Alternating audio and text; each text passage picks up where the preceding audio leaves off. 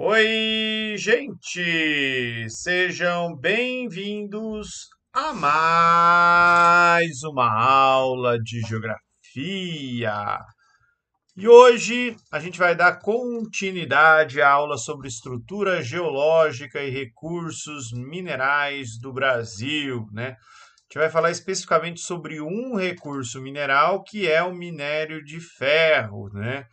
E também sobre os acidentes de Mariana e de Brumadinho que envolveram aí rompimento de barragem, né, onde ficam aí os dejetos da mineração de ferro.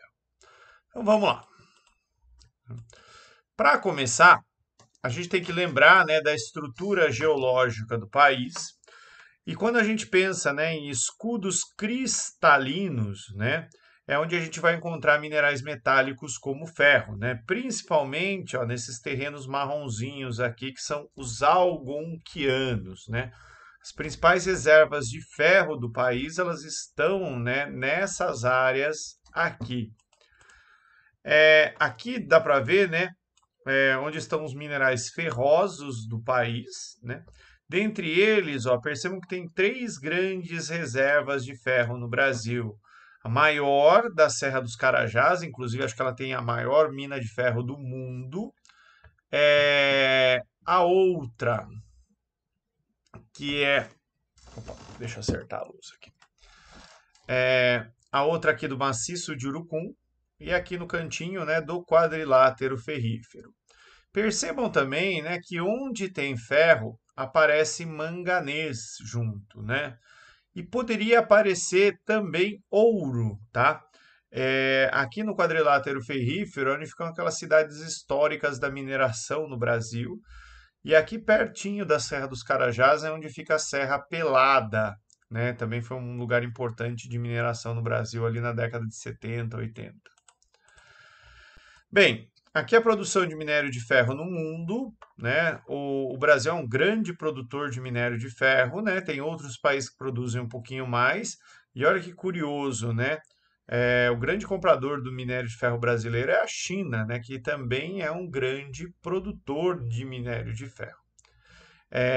Além disso, minério de ferro é um produto muito importante para exportação, né, para o equilíbrio da balança comercial brasileira, né, uma fonte de entrada aí de dólares para o país. E aqui um pouquinho, né, sobre as reservas de ferro do Brasil, começando pelo quadrilátero ferrífero, né? Quadrilátero ferrífero fica aqui, ó, nessa região de Minas Gerais, né?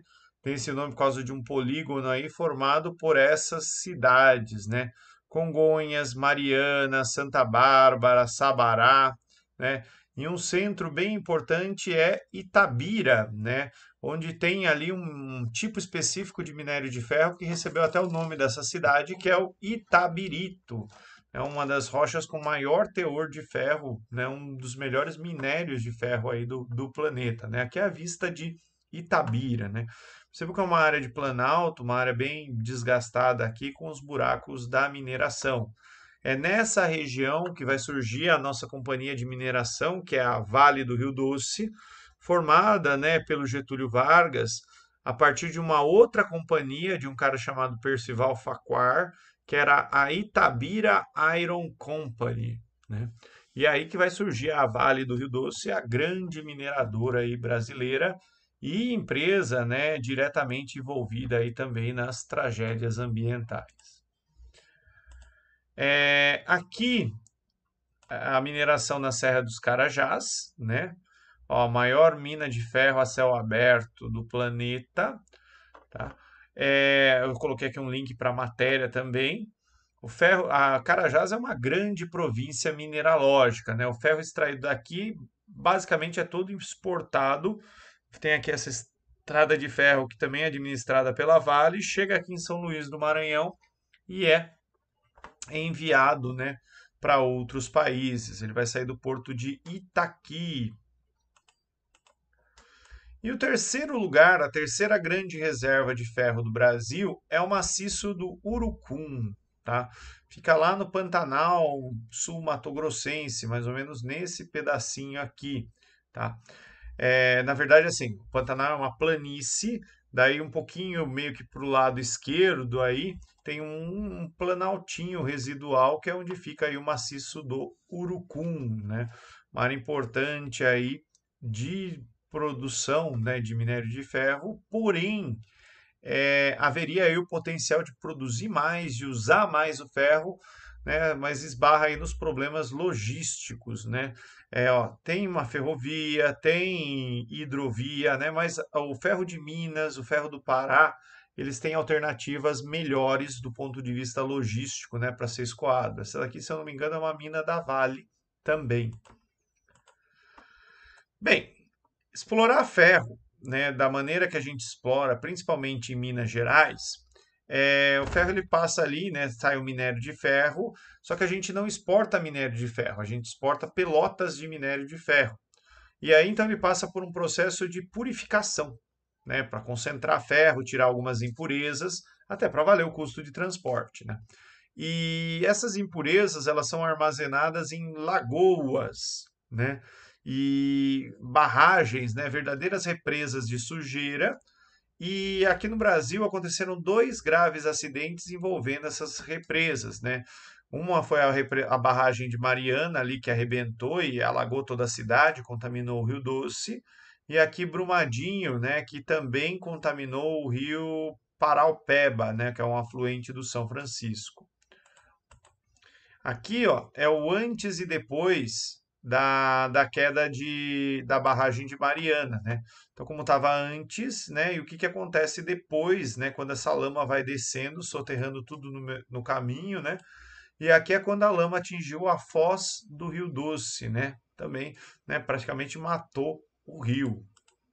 Aqui foi Brumadinho, né? O antes e o depois, né? Brumadinho morreu, acho que mais gente do que Mariana. Que são outras imagens, né, da região de Brumadinho.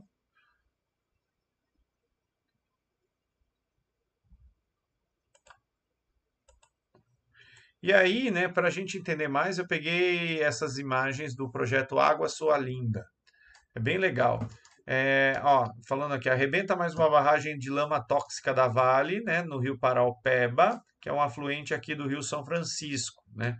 Mas aqui tinha mais hidrelétricas, essas barragens das hidrelétricas ajudaram a conter uma sujeira, né, e evitar que o dano fosse até maior no rio São Francisco, tá?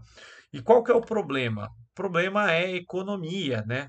É, a maneira correta de fazer esse tipo de barragem, ó, envolve camadas aí bem grandes, para deixar bem seguro, bem forte. Só que o que que as empresas, né, geralmente fazem, ó? Ela faz nesse sentido, a montante. E, gente, todo mundo que já brincou com Lego na vida sabe que se você empilhar os Legos nessa posição, eles caem, né? Então, isso aqui é pedir para dar errado, né? Se quer economizar, pelo menos economizasse com a linha de centro, né? Mas ainda aqui podem acontecer problemas, né? O método mais seguro é o método a jusante, né? Olha a diferença de sedimentos aqui que eles vão colocar para fazer a barragem, né? É praticamente, ó, dá para fazer duas, né? Então essa é a economia dos caras. E aqui eu deixei uma questão, né, sobre esse tema no vestibular da FUVEST de 2017. As imagens mostram a situação do lugar da barragem de Fundão em Mariana, Minas Gerais, antes e depois do acidente de 5 de novembro de 2015. Essa ocorrência consistiu no rompimento da barragem que resultou em mortes e na liberação de milhões de toneladas de lama que acabaram por atingir o distrito de Bento Rodrigues, no Vale do Rio Doce. Lugar onde era a barragem, né? Do ponto de vista econômico, qual a importância da região de Mariana, né? Uma região extremamente importante para a mineração, né? Por conta aí da Companhia Vale do Rio Doce, a maioria das cidades as pessoas trabalham para a Vale, né? A Vale é a principal empregadora do lugar. A gente ainda tem nessa região as cidades turísticas, né? Aquelas cidades antigas, históricas de Minas Gerais. E também é uma região cheia de universidades federais. Tá? É, Aí eu já dei dois exemplos. Indique uma consequência do acidente em relação ao meio ambiente, né? Então, o acidente ele contaminou o rio, desmatou aí a região, né, da beira do Rio Doce, onde a lama correu, matou peixes, né? E o impacto social foram das pessoas que morreram, das propriedades agrícolas que foram danificadas, que não podem ser mais cultivadas, de pescadores que não podem mais trabalhar e até mesmo, né, da paralisação das atividades da Vale, que deixou muita gente desempregada. É isso, gente. Muito obrigado pela atenção de todos e tchau, tchau.